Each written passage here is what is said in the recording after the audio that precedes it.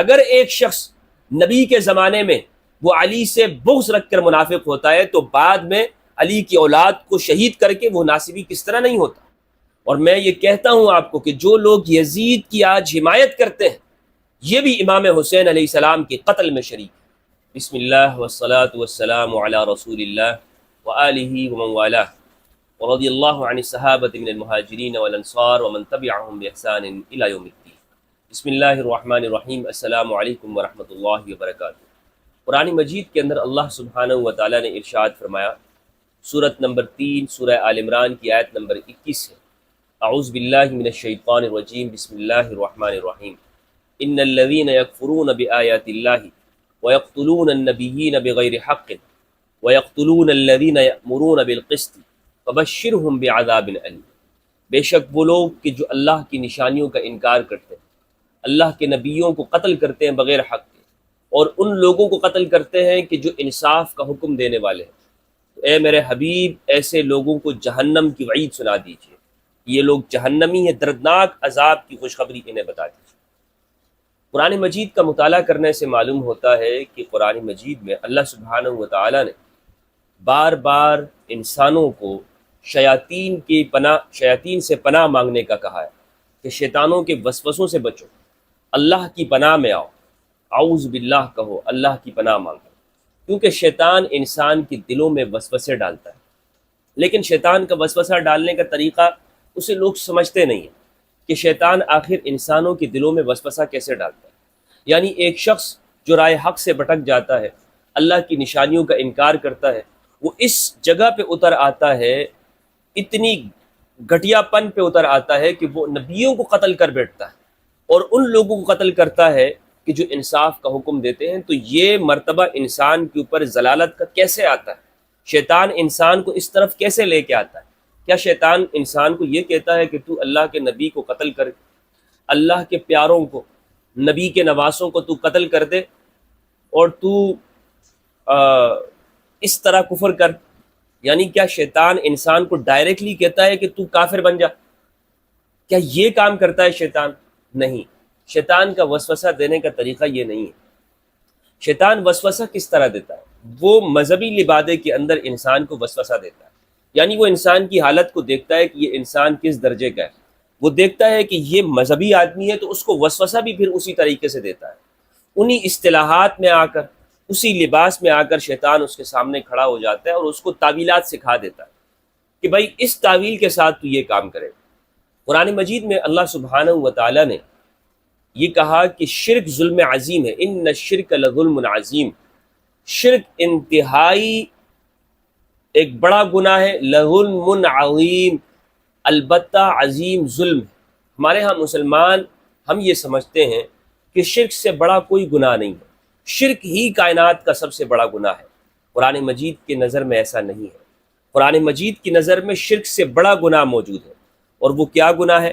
وہ گناہ یہ ہے، اللہ سبحانہ و تعالیٰ نے ارشاد فرمایا، سورت نمبر 6 سورت الانعام کی آیت نمبر 21 ہے، فرمایا وَمَنْ أَظْلَمُ مِمَّنِ افْتَرَىٰ عَلَى اللَّهِ كَذِبًا أَوْ كَذَّبَ بِآيَاتِهِ إِنَّهُ لَا يُفْلِحُ الظَّالِمُونَ۔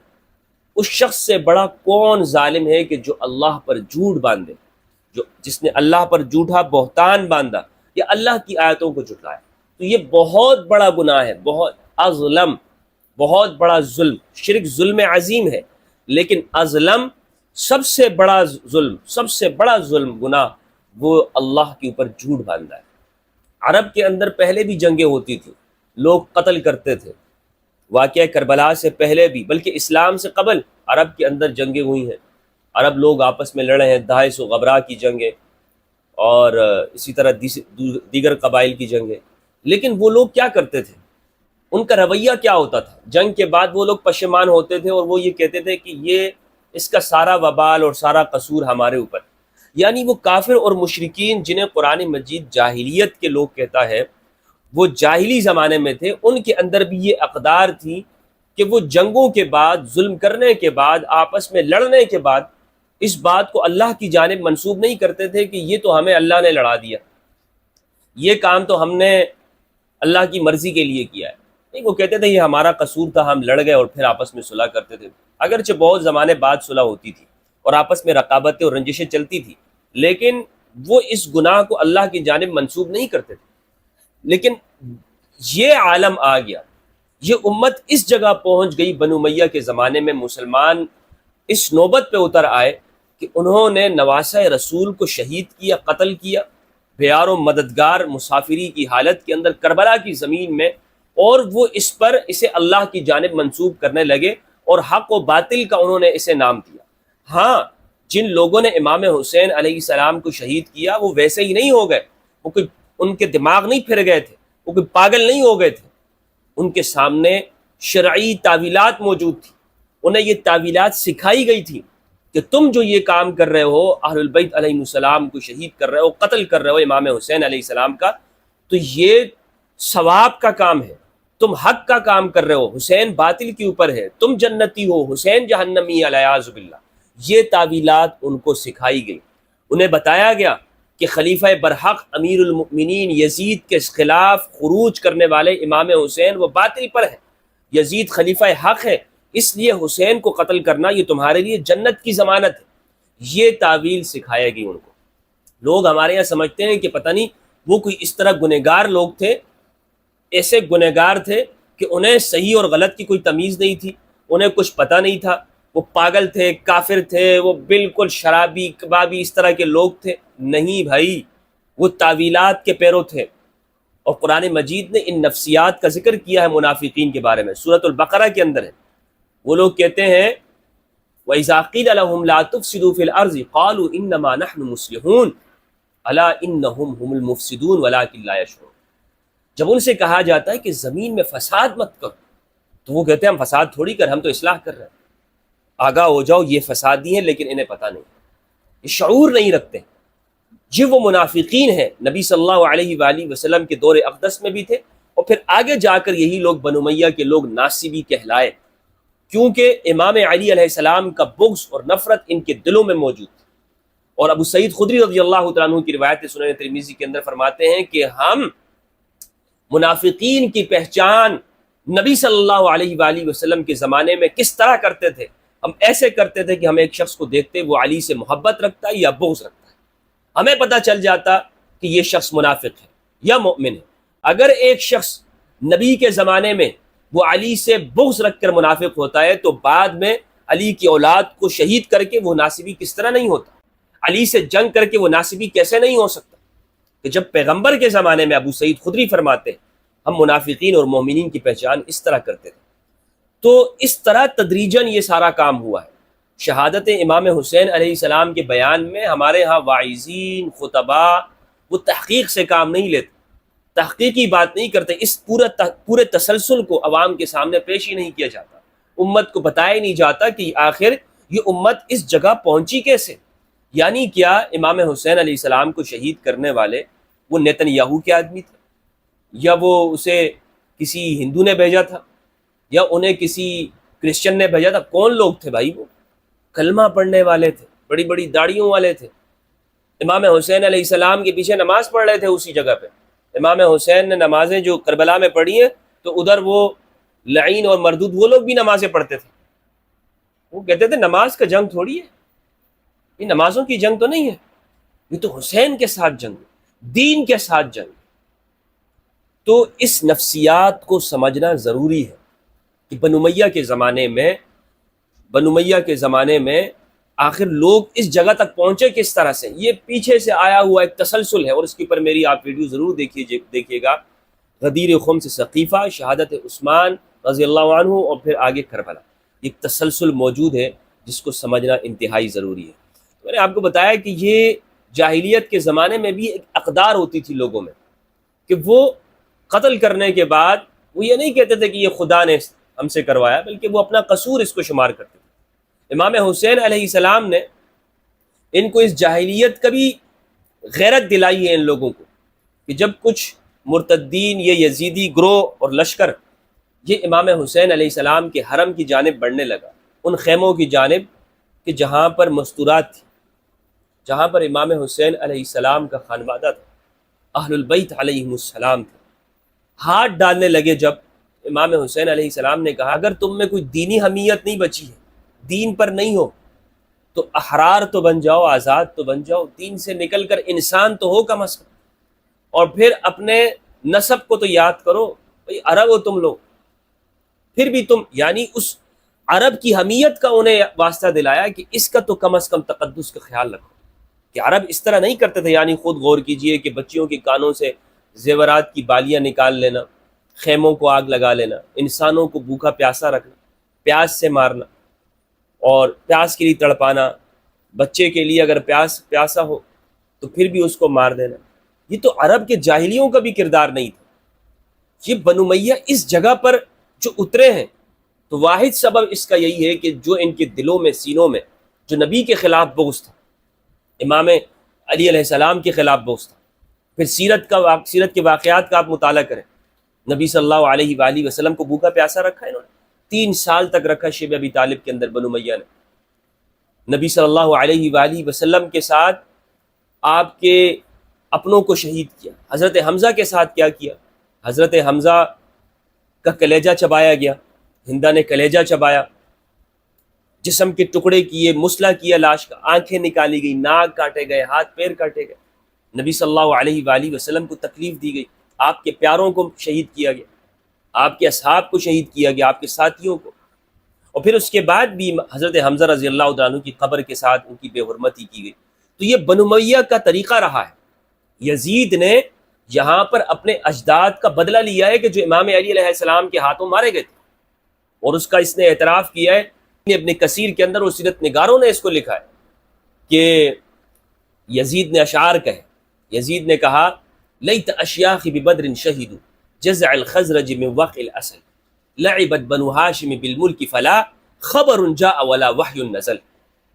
وہ کہتا ہے کہ میرے وہ آبا و اجداد جو بدر میں مارے گئے، اگر وہ آج زندہ ہوتے تو وہ خزرج کی چیخیں دے کر وہ خوش ہو جاتے کہ جن نیزوں سے ان کو چیخیں پہنچی، اور بنو ہاشم نے بادشاہت کو نبوت کے کھیل کے ذریعے سے حاصل کیا ہے، نہ کوئی وحی آئی ہے اور نہ کوئی آسمان سے کوئی فرشتہ آیا اور نہ کوئی خبر آئی ہے۔ لعبت بنو ہاشم بالملک فلا خبر جاء ولا وحی نزل، یہ یزید بن معاویہ بن ابی سفیان کے اشعار ہیں۔ یہ قبیلہ، یہ قوم نبوت پہ سرے سے یقین ہی نہیں رکھتی تھی۔ یزید کی جو تربیت جس ماحول کے اندر ہوئی ہے اور اس نے لوگوں کے ذہنوں میں جو دین کے متعلق جو باتیں ڈالی، اس سے معلوم یہ ہوتا ہے کہ یہ خاندان نبوت پہ سرے سے یقین نہیں رکھتا تھا یزید کا۔ ہاں، اس کے بعد یزید کے جو بچہ ہے معاویہ بن یزید بن معاویہ، وہ صالح رہا ہے، 40 دن اس نے حکومت کی اور پھر وہ مر گیا اور انتقال کر گیا، اللہ اس پہ رحمت نازل فرمائے۔ ابن کثیر نے لکھا ہے کہ اس کے بعد یزید کی نسل ختم ہو گئی۔ قرآن مجید میں ہے انا اعطیناک الکوثر فصل لربک وانحر ان شانئک هو الابتر، آپ کا دشمن ہی ابتر ہے، اس کی نسل ختم ہو جائے گی۔ تو یزید کے حالات کا، اس زمانے کا آج ہم جائزہ لیں گے کہ یزید بن معاویہ بن ابی سفیان نے کیا کارنامے سر انجام دیے، اور آج جو لوگ یزید کی حمایت کرتے ہیں، میں نے آپ کو بتایا کہ یہ وہ لوگ ہیں جو اسلامی اصطلاحات کا سہارا لیا، جس طرح یزید نے اسلامی اصطلاحات کا سہارا لیا، عبید اللہ ابن زیاد نے جب اس کے سامنے امام حسین علیہ السلام کا سر لایا گیا، شہدائے کربلا کے سر اس کے سامنے لائے گئے نا، تو عبید اللہ ابن زیاد لعین نے جامع مسجد کوفہ میں کھڑے ہو کر خطبہ دیا۔ اس بدبخت زیاد ابن ابی ابن سمیہ کے بیٹے نے، زیاد ابن ابی کے بیٹے نے، اس کا باپ بھی، اس کا نسب بدباطن آدمی تھا، اور یہ بھی، تو اس نے خطبہ دیا، اس نے کہا کہ اللہ نے آج حق کو فتح دی ہے اور باطل کو رسوا کیا ہے۔ یہ اسلامی اصطلاحات کا سہارا۔ ابن کثیر نے ان واقعات کو لکھا، کچھ لوگوں نے تو امام حسین پر تیر چلاتے ہوئے یہ کہا تھا کہ الیاذ باللہ جہنم کی خوشخبری لو، جہنم میں جاؤ، الیاذ باللہ، الیاذ باللہ، استغفر اللہ العظیم۔ آج جو لوگ یزید کا دفاع کرتے ہیں اور اہل البیت علیہم السلام کے محبین اور ان کے چاہنے والوں پر طعنہ کرتے ہیں اور مذاق اڑاتے ہیں، نعوذ باللہ یزید ایسا نہیں تھا، نعوذ باللہ، نعوذ باللہ محرم میں یہ ہوتا ہے، نعوذ باللہ، یہ وہ لوگ ہیں کہ جو اسلامی اصطلاحات کا سہارا لے کر وہی کام کرتے ہیں کہ جو یزید نے کیا، اور میں یہ کہتا ہوں آپ کو کہ جو لوگ یزید کی آج حمایت کرتے ہیں یہ بھی امام حسین علیہ السلام کے قتل میں شریک ہے۔ یہ اسی درجے کے مجرم ہے جس درجے کا یزید بن معاویہ مجرم تھا۔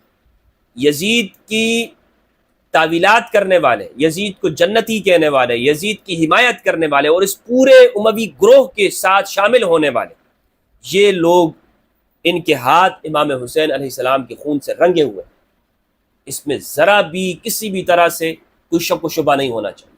اور یہ بات میں اپنی جانب سے نہیں کہہ رہا ہوں، قرآن مجید کے اندر ہے۔ قرآن مجید نے نبی صلی اللہ علیہ وآلہ وسلم کے دور اقدس میں موجود ان یہودیوں سے بات کی ہے کہ یہودی جو نبی کے زمانے میں تھے، نبی صلی اللہ علیہ وآلہ وسلم کے زمانے میں، ان سے یہ کہا ہے، ان سے کہا ہے، سورت نمبر 2 سورہ البقرہ کی آیت نمبر 91 ہے، 91، فرمایا اعوذ باللہ من الشیطان الرجیم بسم اللہ الرحمن الرحیم وَإِذَا قِيلَ لَهُمْ آمِنُوا بِمَا أَنزَلَ اللَّهُ قَالُوا نُؤْمِنُ بِمَا أُنزِلَ عَلَيْنَا وَيَكْفُرُونَ بِمَا وَرَاءَهُ وَهُوَ الْحَقُّ مُصَدِّقًا لِمَا مَعَهُمْ قُلْ فَلِمَ تَقْتُلُونَ أَنْبِيَاءَ اللَّهِ مِنْ قَبْلِ إِن كُنتُم مُؤْمِنِينَ۔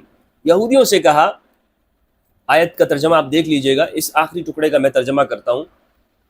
یہودیوں سے کہا، ان لوگوں سے جو نبی صلی اللہ علیہ وآلہ وسلم کے زمانے میں تھے، بتاؤ کہ تم نے اس سے پہلے اللہ کے نبیوں کو کیوں قتل کیا؟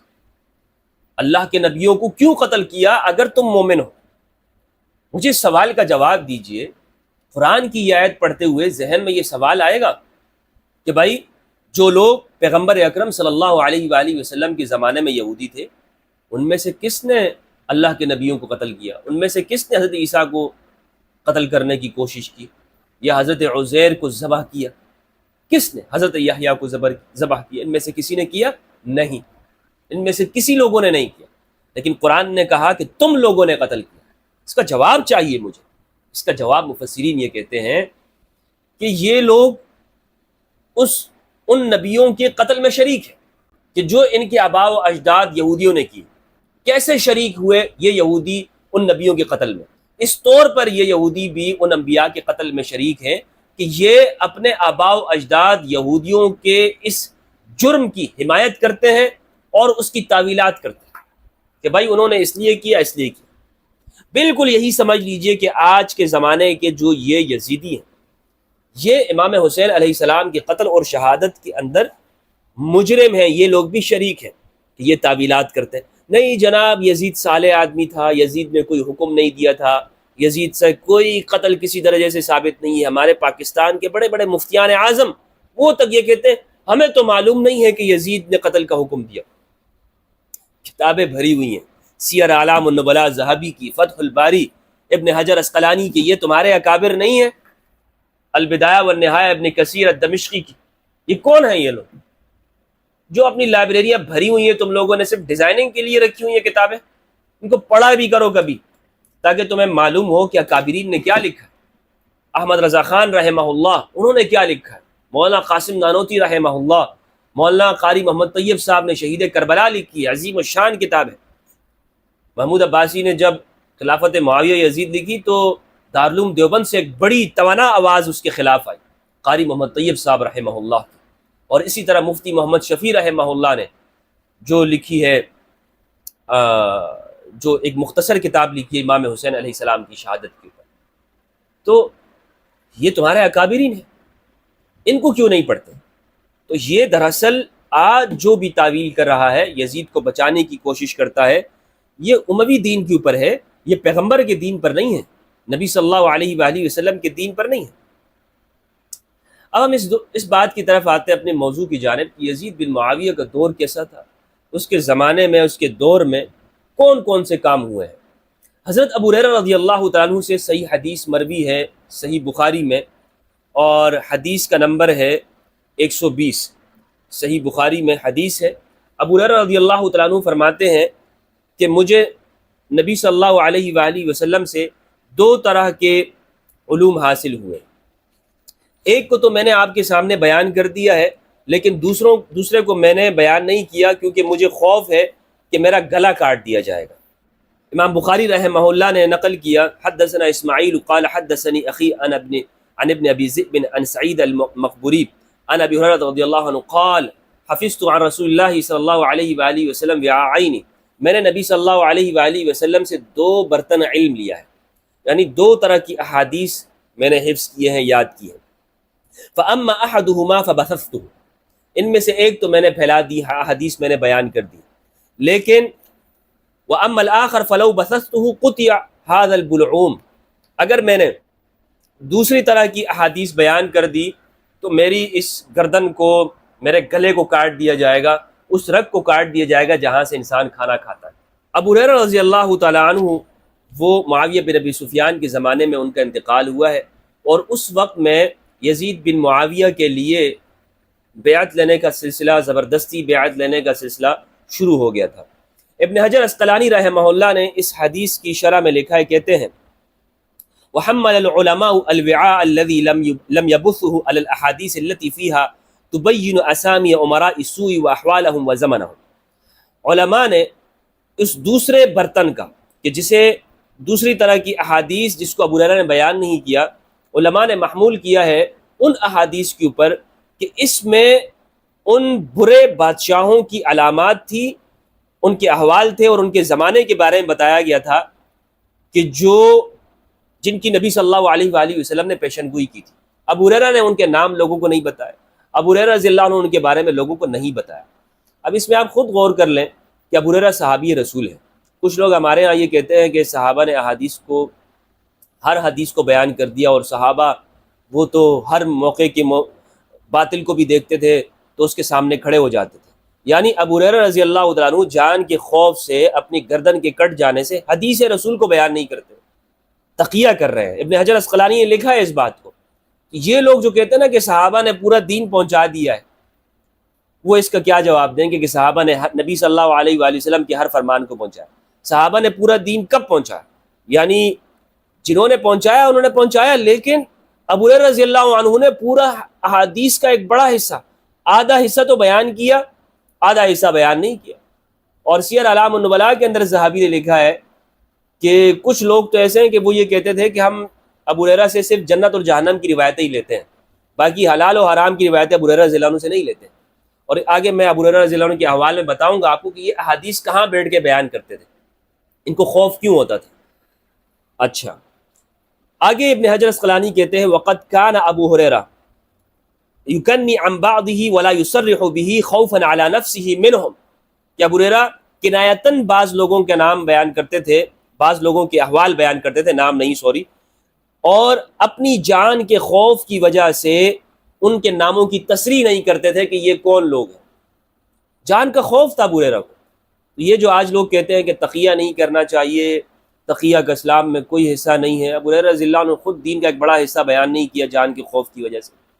صحابی رسول ہے نا بھائی، تو صحابی رسول کا عمل یہ بھی تو حجت ہونا چاہیے، اور معلوم ہونا چاہیے کہ ابو ہریرہ رضی اللہ عنہ 7ویں ہجری کے اندر اسلام قبول کیا، خیبر کے موقع پہ، خیبر پہ آئے ہیں۔ اچھا، کقولہ اعوذ باللہ من رأس الستین و امارۃ الصبیان، ہاں وہ یوں کہتے تھے کہ میں اللہ کی پناہ مانگتا ہوں 60 ہجری سے، سن 60 کے آغاز سے، اور بچوں کی امارت اور حکومت سے۔ یشیر الی خلافت یزید ابن معاویہ، وہ یزید ابن معاویہ کی خلافت کی، حکومت کی جانب اشارہ کرتے تھے۔ عربی میں حکومت کے لیے بھی خلافت کا لفظ استعمال ہوتا ہے، لأنہا کانت سنۃ 60 من الہجرہ، اس لیے کہ وہ 60 ہجری کے آغاز میں تھی۔ فاستجاب اللہ دعاء ابی ہریرہ فمات قبلہا بسنہ، اس لیے ابو ہریرہ رضی اللہ تعالیٰ عنہ وہ یزید کی حکومت سے، اقتدار سے 1 سال پہلے ان کا انتقال ہو گیا، اللہ نے ان کی دعا کو قبول کر لیا۔ وستأتی الاشارۃ الی شیء من ذلک ایضا فی کتاب الفتن ان شاء اللہ تعالی، کتاب الفتن میں جو احادیث ہیں اس میں اس کی تفصیل آئے گی۔ اچھا، تو یہ ہے جناب بخاری کی حدیث نمبر 120، بخاری کی حدیث نمبر 120، جس سے معلوم یہ ہوا کہ ابو ہریرہ رضی اللہ تعالیٰ عنہ نے 2 طرح کی علوم کو حاصل کیا نبی صلی اللہ علیہ وآلہ وسلم سے۔ ایک طرح کی احادیث تو انہوں نے بیان کر دی، دوسری طرح کی احادیث انہوں نے بیان نہیں کی اپنے جان کے خوف کی وجہ سے۔ اسی طرح صحیح بخاری کی حدیث ہے، حدیث کا نمبر ہے 7058 اور 3604، 7058 7058۔ صحیح بخاری نے اس کا عنوان یہ دیا ہے ہلاک امتی علی یدی اغیلمۃ صفہاء، بخاری نے ٹائٹل دیا ہے باب کا کہتے ہیں نبی صلی اللہ علیہ وآلہ وسلم کا فرمان کہ بیوقوف لونڈوں کے ہاتھوں میری امت کی ہلاکت ہوگی۔ اس کے اندر انہوں نے بہت ساری احادیث لائی ہیں، وہ احادیث میں آپ کے سامنے مختصر طور پر پیش کرتا ہوں۔ ابو ہریرہ رضی اللہ تعالیٰ عنہ سے روایت ہے، اچھا کہتے ہیں ہمیں موسیٰ بن اسماعیل نے بیان کیا، ہمیں عمر بن یحییٰ بن سعید بن عمر بن سعید نے، وہ کہتے ہیں مجھے میرے دادا نے خبر دی کہ میں ابو ہریرہ رضی اللہ عنہ کے ساتھ بیٹھا ہوا تھا، وہ نبی صلی اللہ علیہ وآلہ وسلم کی مسجد میں تھے مدینہ میں، اور ہمارے ساتھ مروان بھی تھا۔ تو ابو ہریرہ رضی اللہ عنہ نے کہا میں نے الصادق اور مصدوق کو صلی اللہ علیہ وآلہ وسلم کو یہ سنا، آپ نے فرمایا ہلاکت امتی علی یدی غلمت من قریش، میری امت کی ہلاکت قریش کے لونڈوں کے ہاتھوں ہوگی، قریش کے لونڈوں کے ہاتھوں ہوگی۔ تو مروان نے کہا اللہ کی لعنت ہو ان لونڈوں پر۔ ابو ہریرہ نے کہا اگر تو چاہتا ہے تو میں یہ کہہ دوں بنی فلاں و بنی فلاں، یعنی یہاں پہ بنو امیہ کہنے کے بجائے ابو ہریرہ نے کہا بنی فلاں اور بنی فلاں، اور پھر آگے نام نہیں لیا کہ یہ کون لوگ ہیں، اور پھر آگے راوی کہتے ہیں فَكُنْتُ أَخْرُجُ مَعَ جَدِّي إِلَى بنی مروان حِينَ مَلَكُوا بِالشام وغیرہ وغیرہ۔ ابن حجر اسقلانی رحمہ اللہ کہتے ہیں میں کہتا ہوں وَهُوَ عِنْدَ أَحْمَدَ وَالنَّسَائِي مِنْ رِوَایَةِ سِمَاک عن ابی ظالم عن ابی ہریرہ ان فساد امتی علی یدی غلمت صفہاء من قریش۔ ایک روایت کے اندر یہ الفاظ آئے ہیں کہ قریش کے بیوقوف لونڈوں کے ہاتھوں میری امت کی تباہی ہوگی، خرابی ہوگی، میری امت کی تباہی اور خرابی ہوگی۔ اچھا یہ اس روایت کے اندر جو یہ ہے کہ میں ابو ہریرہ رضی اللہ عنہ کے ساتھ بیٹھا ہوا تھا، ابن حجر اسقلانی کہتے ہیں کہ یہ معاویہ کے زمانے کی بات ہے کہ جب ابو ہریرہ نے یہ روایت بیان کی ہے، یہ معاویہ کے زمانے میں یہ بیان کر رہے ہیں، لیکن آپ دیکھ لیں کہ نام نہیں لے رہے۔ اس زمانے میں تو یہ نام لے سکتے تھے، لیکن اس زمانے میں بھی ابو ہریرہ نے نام نہیں لیے۔ کیوں نام نہیں لیے؟ یعنی معاویہ بن ابی سفیان کے زمانے میں اگر آزادی اظہار رائے تھی، صحابہ کرام کو کچھ نہیں کہا جاتا تھا، تو ابو ہریرہ رضی اللہ عنہ کو پھر کس چیز کا خوف تھا؟ اس زمانے میں تو کم از کم یہ بیان کر دیتے نا، کیونکہ یزید تو نہیں تھا کہ جو لوگوں کو قتل کرتا ہے، یزید جو بدنام ہے قتل کرنے میں مارنے میں، تو یزید تو ابھی ہے ہی نہیں، تو پھر ابو ہریرہ کو کس چیز کا خوف تھا؟ یہ سوچنے کی بات ہے، اس کو سوچئے گا۔ اسی طرح روایات کے اندر آیا ہے یہلک الناس ھذا الحی من قریش، کہ لوگوں کو قریش کا یہ قبیلہ برباد کرے گا، ہلاک کرے گا اور تباہ کرے گا۔ یعنی یہ قبیلے سے مراد یہاں پہ بنو امیہ ہے، آپ کو معلوم ہے کہ بنو امیہ مراد ہے۔ اب اس میں جو مروان نے یہ کہا کہ ان لوڈوں پر اللہ کی لعنت ہو، ابن حجر اس میں کہتے ہیں اس میں ایک نکتہ ہے۔ ابن حجر کہتے ہیں یتعجب من لعن مروان الغلمۃ المذکورین مع ان الظاہر انہم من ولدہ، کہ تعجب کی بات ہے کہ مروان ان لوڈوں کے اوپر لعنت کر رہا ہے، حالانکہ ان کے بچوں میں تو خود یہ بھی شامل ہے، تو یہ کیا معاملہ ہے؟ ابن حجر کہتے ہیں فَكَأَنَّ اللَّهَ تَعَالَى أَجْرَى ذَلِكَ عَلَى لِسَانِهِ لِيَكُونَ أَشَدَّ فِي الْحُجَّةِ عَلَيْهِمْ لَعَلَّهُمْ يَتَّعِظُونَ، اللہ نے اس کی زبان سے اپنی نسل کو لعنت دلوا دی، ان کی کہ مروان اپنے لوگوں کے اوپر لعنت کر رہا ہے تاکہ لوگوں کو نصیحت حاصل ہو کہ مروان اپنے اوپر بھی لعنت کرتا۔ وقد وردت احادیث فی لعن الحکم والد مروان وما ولد، اور ایسی روایات آئی ہیں کہ جس سے معلوم ہوتا ہے کہ نبی صلی اللہ علیہ وآلہ وسلم نے مروان اور اس کے باپ حکم کے اوپر لعنت کی ہے۔ اخرجہ الطبرانی وغیرہ، طبرانی نے اسے روایت کی اور دیگر نے۔ غالبها فیہ مقال، ان میں اکثر میں گفتگو ہے، مقال ہے، ضعیف موضوع نہیں ہے، مقال گفتگو ہے۔ وبعضها جید، لیکن بعض عمدہ ہیں، بعض سند عمدہ ہے۔ ولعل المراد تخصیص الغلمہ المذکورین بذالک۔ اچھا تو یہ ہے فتح الباری سے میں نے آپ کے سامنے حوالہ پیش کر دیا کہ نبی صلی اللہ علیہ وآلہ وسلم نے اس زمانے کے بارے میں کیا فرمایا، صحابہ کرام کیا کہتے تھے، کہ یہ جو قبیلہ ہے بنو امیہ کا، قریش کا، یہ امت کو تباہ و برباد کر دے گا، اس کے ہاتھوں سے اس امت کی تباہی و بربادی ہوگی، ہلاکت ہوگی۔ اب یہ سمجھیے کہ یزید کے زمانے میں جو بدترین جو جرائم ہے، اس کے زمانہ تو پورا ہی جرم سے بھرا ہوا ہے، لیکن یزید اللعین نے جو اپنے 4 سالہ دور کی حکومت کی ہے، اس میں 3 بڑے جرائم ہیں یزید کے۔ نمبر 1 امام حسین علیہ السلام کی شہادت، قتل۔ نمبر 2 خانہ کعبہ پر حملہ۔ نمبر 3 مدینہ کے اوپر حملہ، مدینہ کے لوگوں کی عزتیں لوٹنا، انصار جن سے نبی صلی اللہ علیہ وآلہ وسلم محبت کرتے تھے ان لوگوں کا بے دریغ قتل کرنا۔ یہ یزید کے 3 بڑے جرائم ہیں جنہیں محدثین نے لکھا ہے، بخاری کے اندر بھی ہے، صحیح بخاری کے اندر جو یزید نے خانہ کعبہ کے اوپر حملہ کیا ہے، اس کی تفصیلات آپ بخاری کی حدیث نمبر 104 میں دیکھ سکتے ہیں، یہ تفصیل کے ساتھ یہ حدیث ہے، یہ آپ وہاں پہ پڑھ لیجئے گا۔ اچھا، اب میں آپ کے سامنے یزید کے احوال سیر اعلام النبلاء سے آپ کے سامنے پیش کرتا ہوں، اس کی مختصر زندگی آپ کے سامنے بیان کرتا ہوں۔ سیر اعلام النبلاء کے اندر یزید کے احوال میں ذہبی رحمہ اللہ نے لکھا ہے، یزید ابن معاویہ تبن ابی سفیان ابن حرب ابن امیۃ الخلیفہ ابو خالد القرشی الاموی الدمشقی قد ترجمہ ابن عساکر وہو فی تاریخ الکبیر۔ اچھا، یہ یزید بن معاویہ ابن ابی سفیان ہے، ابن حرب ہے وغیرہ۔ عقد لہ ابوہ بولایۃ العہد من بعدہ، ان کے باپ نے، ان کے والد نے اپنے بیٹے یزید کے لیے اپنے بعد حکومت کو لکھ دیا تھا۔ فتسلم الملک عند موت ابیہ فی رجب سنۃ 60 ہجری رجب میں، رجب کے مہینے میں اپنے باپ کی موت کے بعد یزید نے بادشاہت کو حاصل کیا۔ فکانت دولتہ اقل من 4 سنین ولم یمہلہ اللہ علی فعلہ باہل المدینہ لما خلعوہ، اس کی حکومت 4 سال رہی ہے، اور جب اہل مدینہ کے ساتھ اس نے ظلم کیا اور اہل مدینہ نے اس کی بیعت سے ہاتھ کھینچ لیا، نکال لیا، تو اللہ سبحانہ و تعالیٰ نے یزید کے ظلم کی وجہ سے اس کو مہلت نہیں دی اور اس کی موت واقع ہو گئی، اس کی موت واقع ہو گئی۔ یزید کے بارے میں آگے لکھتے ہیں، افتتح دولتہ بمقتل الشہید الحسین، یزید نے اپنی حکومت کا آغاز ہی امام حسین علیہ السلام کو شہید کر کے کیا۔ واختتمها بواقعۃ الحرہ، اور اس کا اختتام واقع حرہ کے ساتھ کیا۔ واقع حرہ کیا ہے انشاءاللہ آگے تفصیل کے ساتھ بیان کروں گا۔ مدینہ کے لوگوں کو قتل کیا، اختتامی کام۔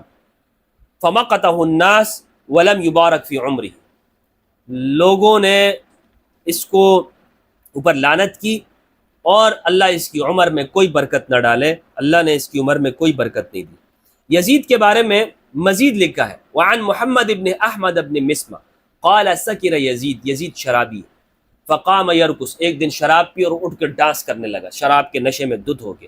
فسقط علی رأسی، سر کے بل گر گیا۔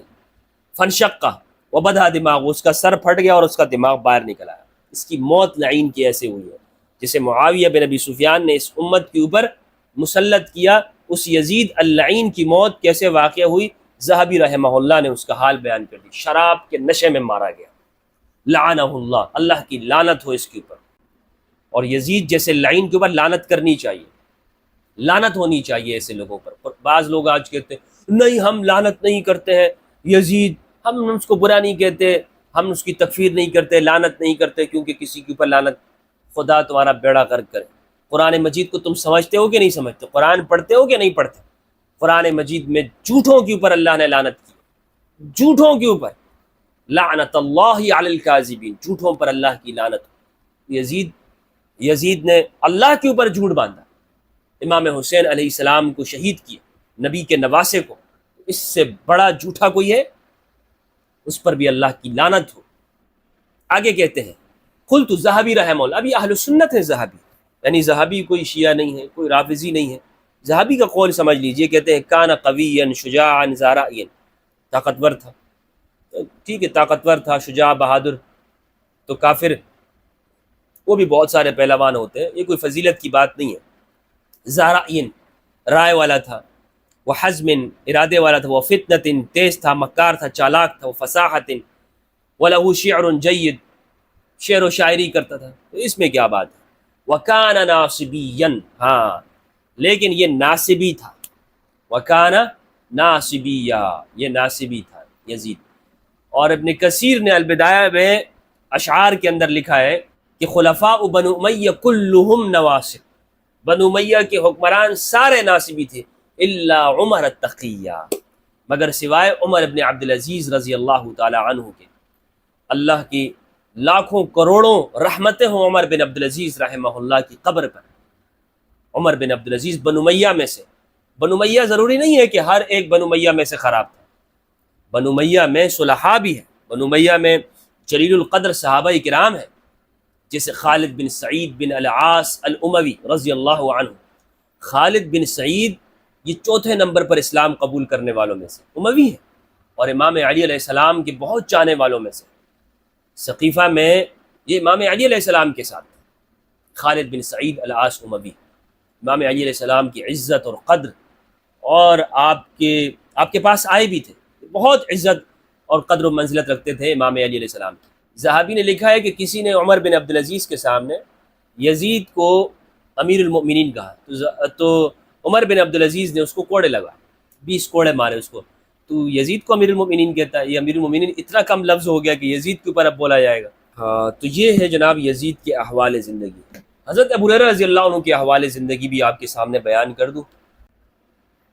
سیر اعلام النبلاء سے حضرت ابو ہریرہ رضی اللہ عنہ کے احوال زندگی، یہ میں نے آپ کو بتا دیا کہ 2 طرح کے علوم انہوں نے حاصل کیے، اور اس کو ذہبی نے بھی لکھا ہے۔ ذہبی نے کہتے ہیں ابو ہریرہ رضی اللہ عنہ سے روایت ہے، قال حافظت من رسول اللہ صلی اللہ علیہ وآلہ وسلم وعائنی فاما احدهما فبسسته في الناس واما الاخر فلو بسسته لقطع هذا البلعوم۔ اچھا، ذہبی کہتے ہیں اگر قتل کو خوف ہو تو حدیث کو چھپا لینا چاہیے، بات کو چھپا لینا چاہیے، کیونکہ اس میں جان کا خوف ہوتا ہے۔ تو یہی تقیہ ہے، تقیہ اور کسی چیز کو نہیں کہتے ہیں۔ اچھا، ابو ہریرہ کے بارے میں نے آپ کو بتایا کہ یہ احادیث بیان کرتے تھے، اور حضرت عمر نے ان کو احادیث بیان کرنے سے منع بھی کیا تھا، اور یہ کہتے تھے کہ اگر ہم جس طرح آج حدیثیں بیان کرتے ہیں، اگر حضرت عمر کے زمانے میں ہوتے تو ہمارا سر پھوڑ دیتے عمر۔ حضرت عمر اس طرح یعنی احادیث نہیں بیان کرنے دیتے تھے۔ ابو ہریرہ کہاں بیٹھ کر حدیثیں بیان کرتے تھے کہ جو ان کو خوف تھا؟ سیر اعلام النبلاء صفحہ نمبر 663، میرے پاس جو چھاپا ہے اس میں جلد نمبر 4، المکتبۃ الوحیدیہ پشاور پاکستان۔ ممکن ہے کہ کسی اور کا چھاپا الگ ہو، جس طرح شعیب الارناؤوط کی جو تحقیق کے ساتھ ہے اس میں نمبر الگ لگے ہوئے ہیں۔ تو بہرحال آپ یزید بن معاویہ کے احوال کے اندر دیکھ سکتے ہیں، کہتے ہیں ابو ہریرہ رضی اللہ عنہ کے احوال میں آپ یہ دیکھ سکتے ہیں جو میں آپ کے سامنے بیان کر رہا ہوں۔ مخول سے روایت ہے، وہ کہتے ہیں تواعد الناس لیلۃ الی قبۃ من قباب معاویہ، راتوں کو لوگ معاویہ بن ابی سفیان کے خیموں میں سے ایک خیمے میں جمع ہوتے تھے، وہاں پر فاجتمعوا فیہا، وہاں پر اکٹھے ہوتے، فقام فیہم ابو ہریرہ وہاں پہ کھڑے ہو جاتے، یحدثہم عن رسول اللہ صلی اللہ علیہ وآلہ وسلم حتی اصبح، وہ ان کے سامنے حدیثیں بیان کرتے لوگوں کے سامنے یہاں تک کہ صبح ہو جاتی تھی۔ ساری رات ابو ہریرہ حدیثیں بیان کرتے تھے۔ کہاں بیان کرتے تھے؟ میں نے آپ کو بتا دیا کہ وہ جس جگہ بیٹھ کے بیان کرتے، اور ابن حجر نے کہا ہے کہ وہ جو بنو امیہ کے بارے میں ابو ہریرہ نے روایتیں کی ہیں وہ معاویہ بن ابی سفیان کے زمانے میں کی ہیں، تو آپ یہ سمجھ سکتے ہیں وہ سوال جو میں نے وہاں پہ کیا تھا کہ پھر یزید کا دور تو نہیں تھا، تو ابو ہریرہ کو کس سے اپنی جان کا خوف تھا؟ تو یہ معلوم ہونا چاہیے کہ یہ کس جگہ پہ بیٹھ کر روایتیں بیان کیا کرتے تھے، کس جگہ پہ بیٹھ کر یہ روایتیں بیان کیا کرتے تھے۔ اس میں بہت سارے اور عمدہ باتیں ہیں، میں تفصیل کے خوف سے ان کو چھوڑتا ہوں، آپ خود بھی دیکھ سکتے ہیں۔ ابو ہریرہ رضی اللہ عنہ کے احوال بہت عمدہ یہاں پر ہیں، آپ کو بہت ساری چیزیں یہاں سے معلوم ہوگی کہ اس جلیل القدر صحابی کی زندگی یعنی وہ کس طرح سے گزری ہے، اور مختصر سے عرصے میں اتنی زیادہ روایتیں کس طرح سے بیان کر دی ہیں، یہ معلوم ہونا ضروری ہے۔ تو خانہ کعبہ کے اوپر حملہ کیا یزید کے زمانے میں، اسی طرح دوسرا جو اس کا بڑا جو اس لعین کی جو بدبختی ہے وہ یہ ہے کہ مدینہ پر حملہ کرنا، اور مدینہ پر حملہ اس لیے کیا اس نے کہ یہاں اہل مدینہ وہ ان کی اکثریت انصار کی تھی، اور انصار کی اکثریت وہ امام علی علیہ السلام کے ساتھ تھے جمل، صفین اور نہروان میں۔ جو معاویہ بن ابی سفیان کے خلاف جتنی بھی جنگیں لڑی گئی ہیں اس میں جو امام علی کے لشکر کا جو بڑا حصہ تھا 100 بدری صحابہ، ان کے نام تو میں نے خود ابن اسیر الجزری کی اسد الغابہ سے جمع کیے، اور اس پر میری ایک ویڈیو ہے اصحاب امام علی کے عنوان سے سلسلہ ہے، وہ آپ ضرور دیکھیے گا، جس میں میں نے بیان کیا ہے کون کون سے صحابہ علی کے صحابہ ہیں جنہوں نے علی کے ساتھ شرکت کی، اور بدری صحابہ ان میں سے کہتے ہیں 100 بدری صحابہ، 400 بیعت رضوان کے صحابہ، 700 وہ صحابہ کہ جو انصار صحابہ کرام ہیں جنہوں نے بیعت عقبہ کے اندر، بیعت عقبہ ثانیہ، احد، بدر اور دوسری جنگوں میں، خندق وغیرہ میں نبی صلی اللہ علیہ وآلہ وسلم کے ساتھ شرکت کی، یہ 700۔ تو یہ 1100 جو صحابہ ہیں انصاری صحابہ، ان کی اولاد وہ مدینہ کے اندر موجود تھی، ان میں سے کچھ صحابہ تو وہ صفین کے اندر شہید ہوئے. خزیمہ بن ثابت رضی اللہ عنہ جلیل القدر صحابی ہیں، یہ جن کی ایک کی گواہی کو نبی صلی اللہ علیہ وآلہ وسلم نے 2 کے برابر قرار دیا، یہ صفین میں شہید ہو گئے. اور اس طرح دیگر صحابہ ہیں، ان کی آپ تفصیل میری ویڈیو کے اندر دیکھ سکتے ہیں. تو ان کی اولاد تھی مدینہ میں، تو اس لعین نے انتقام لینے کے لیے ان کی اولاد کو شہید کیا، مدینہ کے اوپر حملہ کیا. اور اس کی تفصیل آپ احادیث کے اندر دیکھ سکتے ہیں. اور انصار کی فضیلت بخاری مسلم کے اندر آئی ہے. بخاری کے اندر حدیث نمبر 3783 براء بن عازب رضی اللہ عنہ سے روایت ہے کہ انصار سے وہی محبت کرے گا جو مومن ہوگا، اور وہی بغض کرے گا کہ جو منافق ہوگا. صحیح مسلم کے اندر 6414 ہے. نبی صلی اللہ علیہ وآلہ وسلم نے فرمایا، اے اللہ انصار کی مغفرت فرما، ان کے بچوں کی مغفرت فرما، اور ان کے بچوں کی مغفرت فرما. مدینہ کو نبی صلی اللہ علیہ وآلہ وسلم نے اپنی حیات طیبہ میں حرم قرار دے دیا کہ یہ حرم ہے. جس طرح کعبۃ اللہ حرم ہے، اسی طرح مدینہ بھی حرم ہے. کچھ لوگ کہتے ہیں نبی صلی اللہ علیہ وآلہ وسلم حلال حرام نہیں کرتے، ان کو کوئی اختیار نہیں ہے. نبی صلی اللہ علیہ وآلہ وسلم کو اختیار دیا گیا. اللہ نے کعبۃ اللہ کو حرام قرار دیا، یعنی حدود حرم، اور نبی صلی اللہ علیہ وآلہ وسلم نے مدینہ منورہ کے حدود کو حرم قرار دیا ہے. صحیح بخاری کی کتاب الجہاد والسیر کی حدیث نمبر 2879 ہے، 2889 ہے. انس بن مالک رضی اللہ تعالیٰ عنہ سے نبی صلی اللہ علیہ وآلہ وسلم نے فرمایا، ھذا جبل نحبنا ونحبہ، یہ جبل، یہ احد کا پہاڑ ہے، یہ ہم سے محبت کرتا ہے، ہم اس سے محبت کرتے ہیں. ثم اشار بیدہ الی المدینہ، پھر آپ نے اپنے ہاتھ سے مدینہ کی جانب اشارہ کرتے ہوئے فرمایا، اللہم انی احرم ما بین لابتیہا کتحریم ابراہیم مکہ، اے اللہ میں اس کے دونوں پتھریلے میدانوں کے درمیان کے خطے کو حرمت والا قرار دیتا ہوں، جس طرح ابراہیم علیہ السلام نے مکہ کو حرمت والا شہر قرار دیا. ابراہیم علیہ السلام نے مکہ کو حرمت والا شہر قرار دیا، اور نبی صلی اللہ علیہ وآلہ وسلم نے مدینہ کو.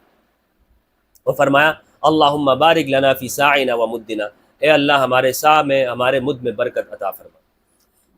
یہ ہے مدینہ کی عظمت، مدینہ کی فضیلت. اور ان لوگوں کے بارے میں کہ جو مدینہ کے لوگوں کو ستائے، آپ صلی اللہ علیہ وآلہ وسلم نے فرمایا، اے اللہ اس شخص کو کہ جو اہل مدینہ کو ستاتا ہے اس طرح پگھلا کے رکھ دے جس طرح آگ وہ لوہے کو پگھلا دیتی ہے. جس طرح اللہ تعالیٰ اسے آگ میں سیسے کے پگھلنے یا پانی میں نمک کے پگھلنے کی طرح پگھلا دے. جس طرح نمک پانی میں مل جاتا ہے اور پگھل جاتا ہے، بالکل حلول کر جاتا ہے، اللہ اس شخص کو بھی تباہ و برباد کر دے جو اہل مدینہ کو تکلیف دیتا ہے. اور اس حدیث کا نمبر ہے صحیح مسلم حدیث نمبر 3319. تو یہ یزید بن معاویہ کے 3 بڑے جرائم ہیں. کون سے؟ ایک تو اہل مدینہ کو تکلیف دینا، امام حسین علیہ السلام کو شہید کرنا، اور اسی طرح سے خانہ کعبہ کے اوپر حملہ کرنا، خانہ کعبہ کے اوپر حملہ کرنا.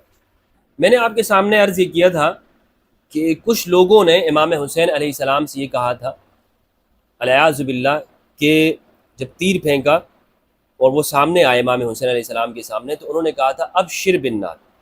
امام حسین سے کہا کہ جہنم کی خوشخبری سنیے. تو امام حسین علیہ السلام نے ان کے جواب میں کہا کلا ویحک انی اقدم علی رب رحیم و شفیع مطاب بل انت اولا بالنار، بلکہ تو بڑا جہنمی، تو جہنم کا حقدار ہے. تو یہ وہ نفسیات، اس کا میں حوالہ آپ کو دینا چاہتا ہوں. یہ البدایہ والنہایہ جلد 8 مکتبہ رشیدیہ کوئٹہ لاہور، اور صفت مقتل الحسین 256 صفحہ نمبر 256 صفحہ نمبر 256 کے اوپر یہ موجود ہے. ٹھیک ہے، تو یہ میں نے چاہا کہ آپ کو میں اس چیز کا حوالہ دے دوں. ام المؤمنین ام سلمہ رضی اللہ تعالیٰ عنہا سے روایت فرماتی ہیں، سمعت نساء الجن ینحن علی الحسین وہن یقل، میں نے جنوں کی عورتوں کو نوحہ کرتے ہوئے امام حسین علیہ السلام کے اوپر سنا. وہن یقل، اور وہ کہتی جاتی تھی، ایھا القاتلون جہلا حسینا ابشروا بالعذاب والتنکیل، کل اہل السماء یدعو علیکم من نبی ومرسل وقبیل، قد لعنتم علی لسان ابن داؤد وموسیٰ وصاحب الانجیل. یہ ام المؤمنین ام سلمہ رضی اللہ عنہا فرماتی ہیں، اس کو نقل کیا ہے، اور یہ صحیح درجے کی روایت ہے. فضائل صحابہ کے اندر احمد بن حنبل نے بھی اس کو نقل کیا ہے، حسن جید درجے کی روایت ہے کہ ام المؤمنین ام سلمہ رضی اللہ تعالیٰ عنہا نے یہ سنا تھا، ایھا القاتلون جہلا حسینا، اے حسین کو شہید کرنے والے، ابشروا بالعذاب والتنکیل، خدا کے غضب اور عذاب کی خوشخبری لو، کل اہل السماء یدعو علیکم، سارے آسمان کے لوگ فرشتے تم پر بد دعائیں کرتے ہیں، من نبی و مرسل و قبیل، پیغمبر ہو، مرسل ہو، نبی ہو، داؤد علی لسان ابن داؤد، ابن داؤد کے زبان کے اوپر تم پر لعنت کی گئی، یعنی ہے سلیمان کی زبان پر، وموسیٰ اور موسیٰ علیہ السلام کی زبان پر، وصاحب انجیل اور حضرت عیسیٰ علیہ السلام کی زبان پر تمہارے اوپر لعنت کی گئی۔ امام حسین علیہ السلام کے مقتل کے احوال، شہادت کے احوال اگر میں بیان کروں تو مجھ میں طاقت نہیں ہوتی کہ میں اس کو تفصیل کے ساتھ بیان کر سکوں۔ بہت سارے لوگ کہتے ہیں کہ ان کو بیان کروں، لیکن مصائب بیان کرتے ہوئے میری ہمت نہیں ہوتی کہ کس طرح ایسے لوگوں نے، یعنی جن پہ جاہلیت کی حمیت اور غیرت بھی ان کے اندر نہیں بچی، انہوں نے پانی بند کیا، بچوں کو شہید کیا، چھوٹے چھوٹے بچوں کو، بچیوں کے کانوں سے بالیاں تک کھینچ کے لے گئے، یہ ملعون لعین لوگ۔ امام حسین علیہ السلام کی اس استقامت کو آپ ذرا سوچئے کہ جب چھوٹے معصوم بچے کے گلے میں تیر لگا ہو، اس موقع پر امام حسین علیہ السلام نے کیا جملہ فرمایا؟ امام نے کہا پروردگار تو کافی ہو جا، میرے مولا یہ دیکھ لیں کیا اتنی استقامت ہے۔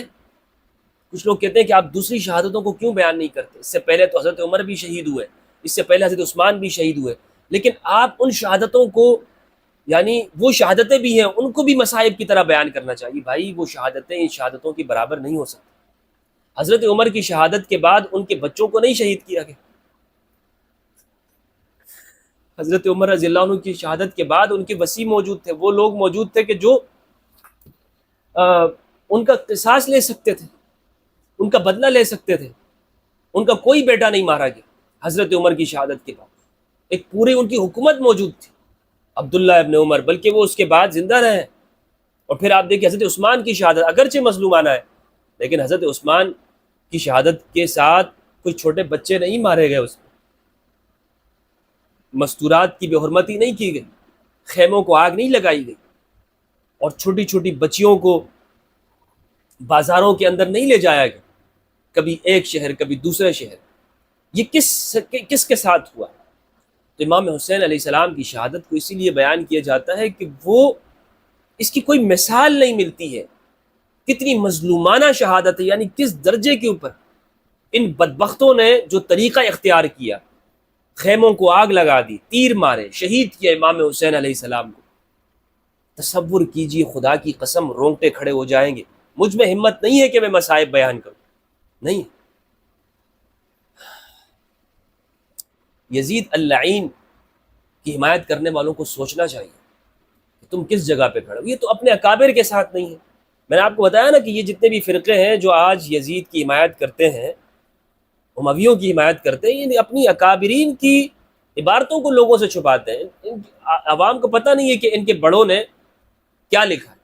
یہ جو آج یہ فرقے اپنے اکابرین کے ناموں کے اوپر قائم ہیں، اکابرین اہل سنت دیوبند والجماعت، ہاں اہل سنت والجماعت دیوبند مسلک ہے، اور اس طرف دیکھیں تو بریلوی، ان کے اکابرین کی تحریریں پڑھیں، دیوبند کی اکابر کی تحریریں، وہاں بھی آپ کو نظر آئے گا کہ مصائب آپ کو دکھائی دیں گے۔